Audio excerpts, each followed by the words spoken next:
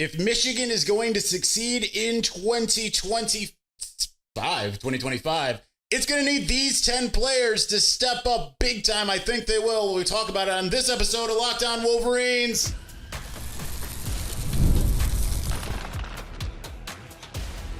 You are Locked On Wolverines, your daily podcast on the Michigan Wolverines, part of the Locked On Podcast Network, your team every day. Happy Monday. We are back and doing it. Locked On Wolverines podcast, part of the Locked On Podcast Network, where it's your team every day. I'm your man on the ground, Isaiah Hole, publisher of Wolverines Wire through USA Today Sports Media Group. Happy Memorial Day to you. Today, we're going to spend the entire show talking about the 10 players that I think are going to break out. And we're going to break out the champagne. It's not really champagne. It's just energy drink. We're going to break out the energy drink and excitement for what this Michigan team might be. First off, I want to thank all of you who are everydayers that listen to the show every single day or watch the show, as well as thank you for making this your first listen.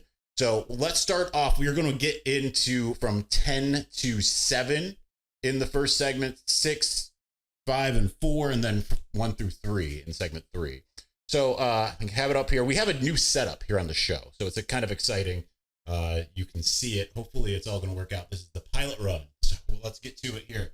Let's start off with number 10, Giovanni El-Hadi, who is the 5th year left guard at this point, right? So we've seen Giovanni El-Hadi for some time, but last year was his first year that he finally got the opportunity to come in and be that starting caliber player, and he was playing right guard. It did not work out the way that anyone had really hoped, right? It felt like he had been waiting his turn all along. He had the displeasure or pleasure, depending on how you want to look at it if you're him, of having to sit behind Trevor Keegan at left guard. And then he finally returns to get that opportunity to be the to be the guy who can. I'm just looking at all the different cameras here. So I don't think the crane is actually moving the way it's supposed to, but you know. Anyway, I think that you see that he had to wait behind all of these players who were obviously all Americans, some of the best players in Michigan history at the positions, 2-time Joe Moore Award winning players. And so it took forever for Giovanni El-Hadi to get into get his opportunity, and he didn't really make the most of it. So it'll be interesting to see what he is able to do once he finally moves back to that left guard spot. We've heard a lot about him being a leader, and I'm excited to see what he's able to do, because he's locked down that position. He's entrenched. Everything that Sharon Moore said after the spring game, he's like, yeah, he's one of the guys who's actually for sure in that position that he's going to be starting. So that's number 10. Get a little bit of the energy here. Number 9 is someone who is being spoken of as a third starter at linebacker. And he's someone we've heard about him on the record. I've heard a lot of really good things about him off the record as well. And that's Jimmy Rolder entering his senior year. He struggled to stay healthy, right?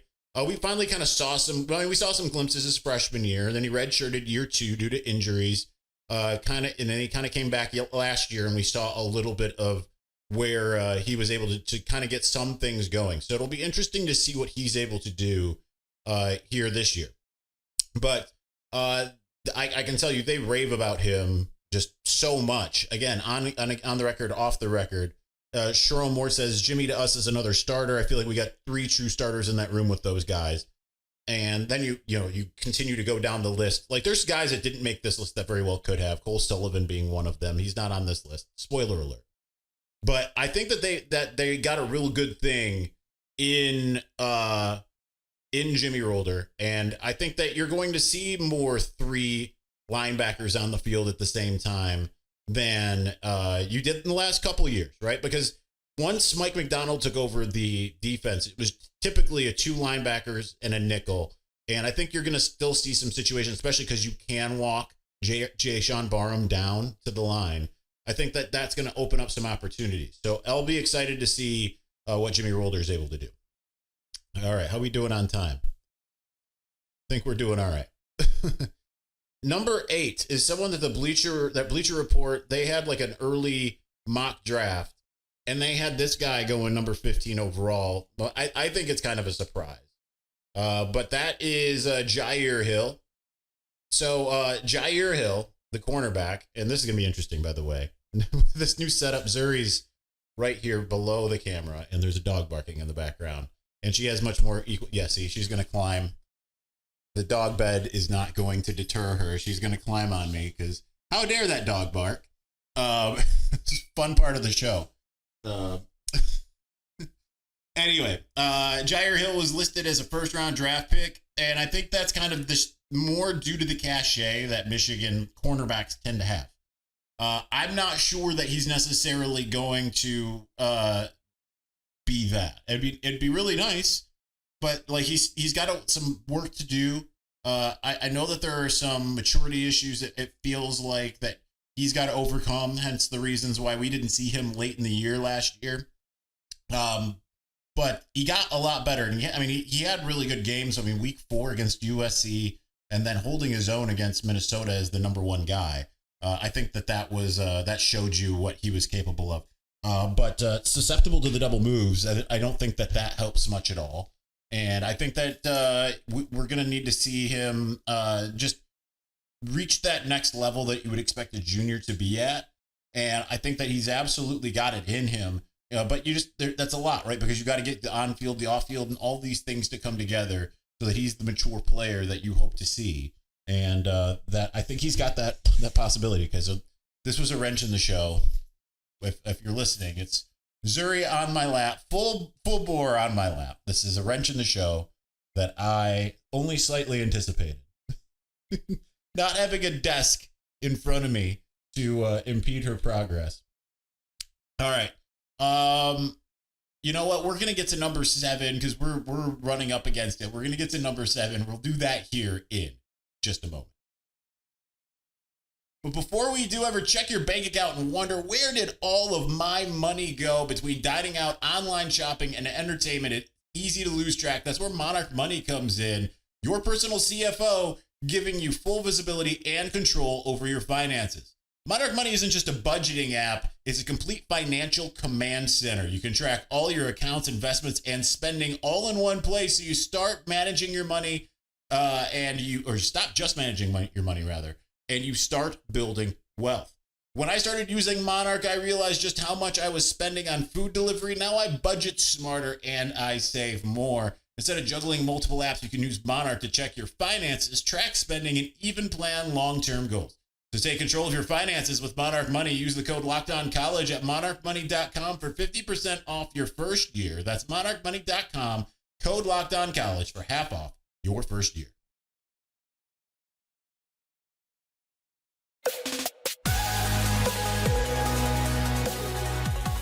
I want to give a shout out to my cousin Alec for coming and helping me get the treadmill out of this space. We moved the desk all the way up against the wall, back up where the treadmill used to kind of butt up against, and then we mounted a TV as a monitor here, which I'm using to see the audio as well as my ads here. We got the 3 camera setup here. Bookshelf that you're accustomed to seeing as a camera. We've got a camera that we've normally used directly in front. Got the jib arm going, and looks like, okay, there it goes.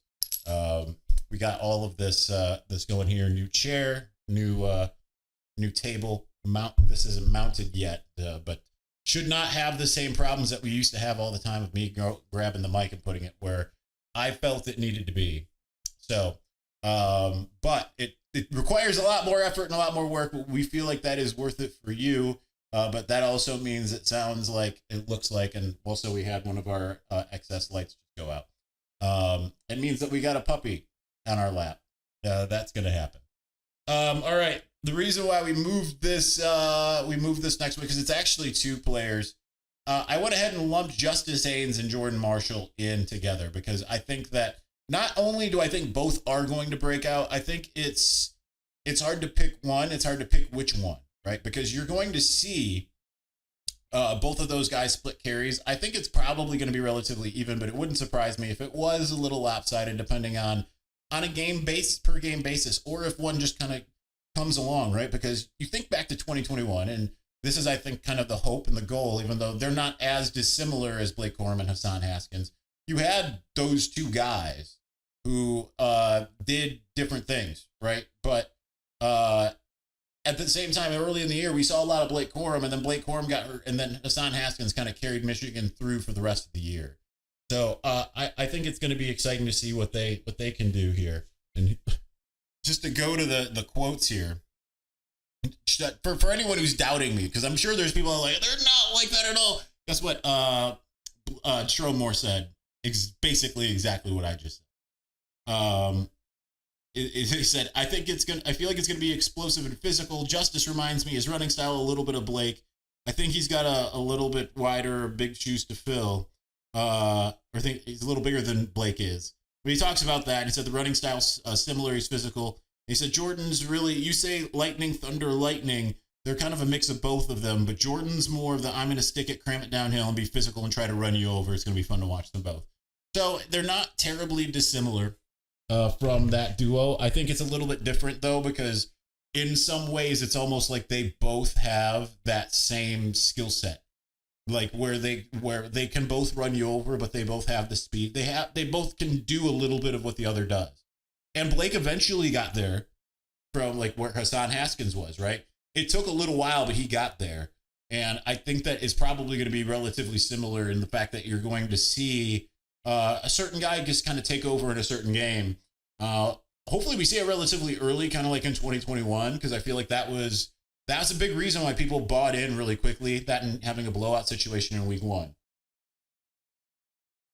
And I think that, there's a lot to love there.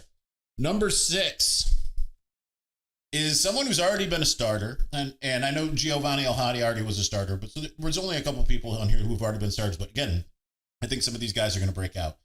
I have Jayshon Barham, who I don't consider as having broken out, right? You consider what we thought Jayshon Barham was going to be last year, and it didn't really seem like he got there. It didn't really seem like by the end of the year, he was doing his job, and he was more than serviceable. But I don't think that we were watching Jayshon Barham and being like, this is what we all thought was going to happen based off of the scouting report, based off what the coaches said, based off of things of like what I said on the show, what have you. I think by the end of the year, he at least was playing within the constraints of the defense, and I think that was important because he was very good. But I think now, because you're going to add to it. By the way, I'm supplementing a lot of what I wrote on Wolverines Wire yesterday, but I think now where you're going to see a big difference is instead of it being a situation where he's like, okay, he's playing well within the confines of the defense.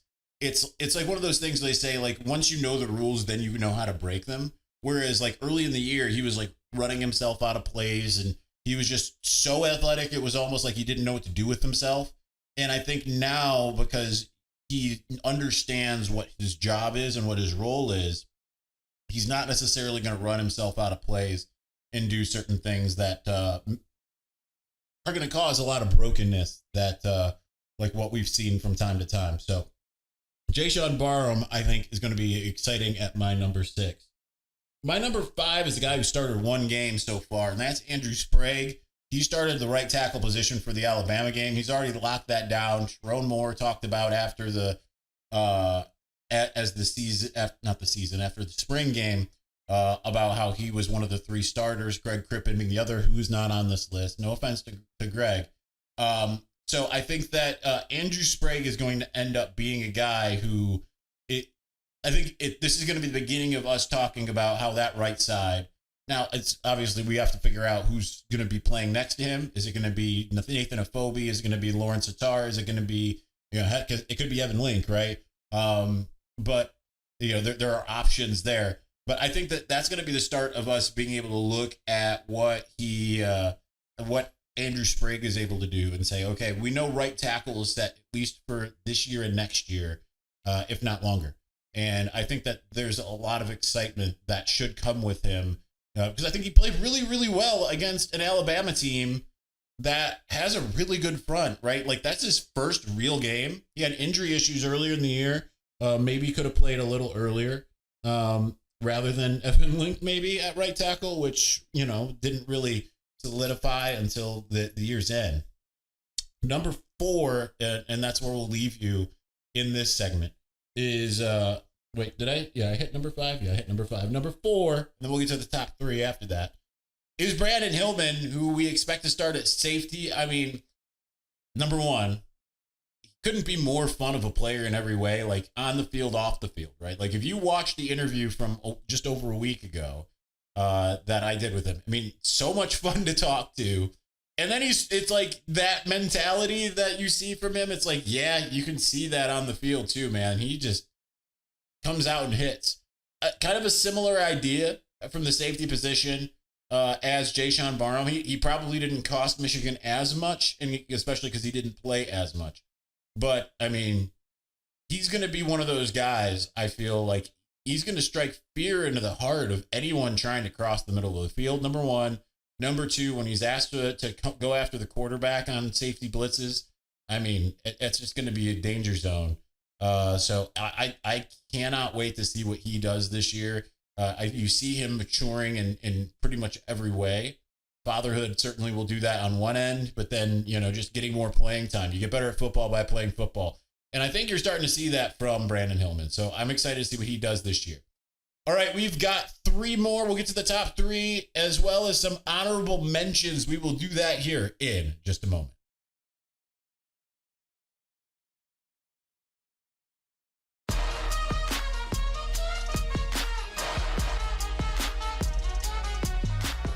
All right, I kicked Zuri off. I know a lot of you probably, why would you do that? And see, this is all right. We might not have her on the show every time, but certainly she's going to want to come on the show every single day. Jimmy Whitner, you are getting your wish here. Oh my goodness. See, she is the most codependent dog. It's cute, but sometimes it's just because, like, if I'm home, it's just like, what I have to be laying on you in one way, shape, or form. And when I'm sitting up, I have to be climbing you. I'm kind of surprised she hasn't gotten climbed up me a little bit more. All right, now I can't really see my iPad. All right, number 3 is we'll do number 3, then we'll do a couple honorable mentions. Number 3 is what I think is going to benefit greatly. And I know to a lot of people, this is counterintuitive and counterproductive, because I know a lot think that the tight ends are not going to be used in Chip Lindsey's offense. And that couldn't be any further from the truth. He's had similar production, maybe not quite as prolific, but for the most part, like, his tight ends have performed not terribly different than what Michigan's tight ends have performed at. So Hogan Hansen, I think, is going to be the biggest beneficiary, because even though we've heard all of this talk about Marlon Klein being the most athletic, I think that Hogan Hansen has the football speed and the hands that you hope to see. So I think that you're going to see a lot more from Hogan Hansen and what he's able to bring to the table. And I'm excited to see what he's able to do in this offense. He had a quote that I included here. This is the danger of having a puppy here. I have to work around here. It says, I just think probably how dynamic it is and the creative ways we're going to get our running backs the ball, the tight ends the ball, and just how we're going to throw it down the field. I think it's going to be pretty cool to watch. I think that you're going to see some really interesting things from the tight end group, because I as much as people might have some preconceptions of what the Chip Lindsey, I mean, heck, we didn't really get to see the Chip Lindsey offense, but who was the player of the spring game? It was a tight end fullback in Jalen Hoffman, right? Like, I think it stands to reason that we are going to see the tight ends do some things, and that it's going to be really exciting. So I think you're really going to see him get to work. And I just think that we saw those glimpses not dissimilar from Colston Loveland's freshman year and Hogan Hansen. I mean, we saw more Hogan Hansen early. He had his touchdown much earlier. We just didn't see him in as big of spots as we saw Colston. Like, Colston came alive in the Ohio State and the Purdue games. So that which was the Big Ten championship that year. So I think then because of that, you're like, okay, this guy really has it going on. All right, before we get to the number two, actually, we'll do number two and then we'll do the honorable mentions. My number two is Donovan McCauley, who obviously has started before, just not for Michigan. And it wasn't like he burst out of the national scene, but I can't shake what we've kind of heard from people on and off the record, more so on the record than off, but like, there's a reason why basically he got his one catch in the spring game. It was kind of we haven't seen a Michigan receiver do that. He doesn't play again. And then days later switches from number 13 to number 1 in jersey wise. I think at that point it's like, okay, yeah. But then you just add in what play, asking Ron Bellamy, what players are going to end up on the wall? Because Eric Sue Campbell's putting all of these like pictures of guys like Braylon Edwards and Ty Streets and David Terrell and Mario Manningham up on the walls. And who's the next one? If Michigan's to have a next one, it's like, well, it's going to be Donovan McCauley. Like the way that they rave about him is just kind of insane. Obviously having 6'5", having the speed, the jump ball ability, all of that I think is absolutely crucial to what Michigan is going to be trying to do. And it's absolutely crucial for him if he wants to achieve his goals, because this is it, right? This is year 5. So this is it. If he wants to go to the NFL, Donovan McCauley's got to get this going. All right. So we'll get to the number 1 momentarily, but I do want to give some honorary mentions, or honorable mentions rather. There's so many different guys that could have made this list. Mason Curtis, who I only didn't put on because it's like, we don't really know where he's going to star. Is he going to be a nickel? Obviously, they've talked about him being that 6'5" nickel or 6'4" nickel. He's going to play a lot. I think he's going to start to really come on. Whether he ends up being that household name, I'm not really sure. Some of the freshmen, Jamar Browder, obviously being the hype beast of spring, though he did not really put on in the spring game. Andrew Marsh, I think, could absolutely be a big part of it. Or Shamar Earls at cornerback. It would not surprise me if we're talking about him at the end of the year, the same way we were talking about Will Johnson. It would not surprise me in the least. Running back Jasper Parker wouldn't surprise me either. I think that he's like got it. I've talked to more people recently about Jasper Parker from inside the building, and they're just like, no, you don't understand. Like, he's just so incredible. So that will be exciting to see when he goes through the whole freshman bridge program and all of that. Once he's acclimated and ready to go, could have named any defensive tackle. I initially had Rayshon Benny on there because like he might be a breakout player when it comes to Michigan, but on the national scene, he was not being spoken of in the same way that Mason Graham, Kenneth Grant were. I think that by eventually we're going to find out that nationally they're going to talk about him similarly. And I think that you could pick any of those guys, and any of them. Trey Williams, Damon Payne, Trey Pierce, Eno, rather. It could be any of those guys. Could be breakout. Derek Moore is kind of already broken out locally. Could be considered national. TJ Guy was originally on my list. I thought he was. I think he was, and I accidentally skipped him. But TJ Guy, I think, is going to be absolutely phenomenal. And then let me think. Am I missing anybody? Nope, that's it for now. So with all that said, who's my number 1? I don't think it's very unobvious. That is Bryce Underwood, who kind of for better or worse is going to be a breakout player. Quarterback position is just going to be in such a better place than it's been. And I am excited to see what Bryce is able to do this year. I think you're absolutely going to be hearing him being spoken of on a national level the same way that you hear some of those top quarterbacks spoken of. Like, he's going to be one of those guys that it's like, well, he's a star in the sport. I would be surprised if that's not the case. Now, I think a lot has to go right around him, hence like the clarification I gave last week about what Connor had to say about Bryce. But I think that the chances is he's going to end up being that guy. Like JJ had the hearts and minds of the fan base, and obviously the rival fans can go out there and say hand off Merchant. We know that wasn't true, right? Like there were all kinds of things that were always said about JJ. They go, the kid can't throw the deep ball. And then obviously Gus Johnson, they said the kid couldn't throw the deep ball. Well, we all knew he could. Michigan just hadn't really connected on them, and they hadn't necessarily tried as much to do so. I don't think that, I bring that up with the idea that JJ McCarthy, they were able to continue going. You still see rival fans saying that all he can do is hand off the ball. Obviously, we know that's not true. I think that Bryce is going to be so good that no one's really going to be able to have that criticism, even from rival fans. They'll just be like, well, he sucks. And you're going to be like, okay, roll your eyes. And they're not going to be able to back it up with anything. That's a little bit of a prediction. But I definitely think that is what we are going to see from Bryce Underwood this year. He is my definite number one as far as players that are going to break out for Michigan. And I think from a national perspective, you are definitely going to see Bryce impressed. Will there be growing pains? There absolutely could be.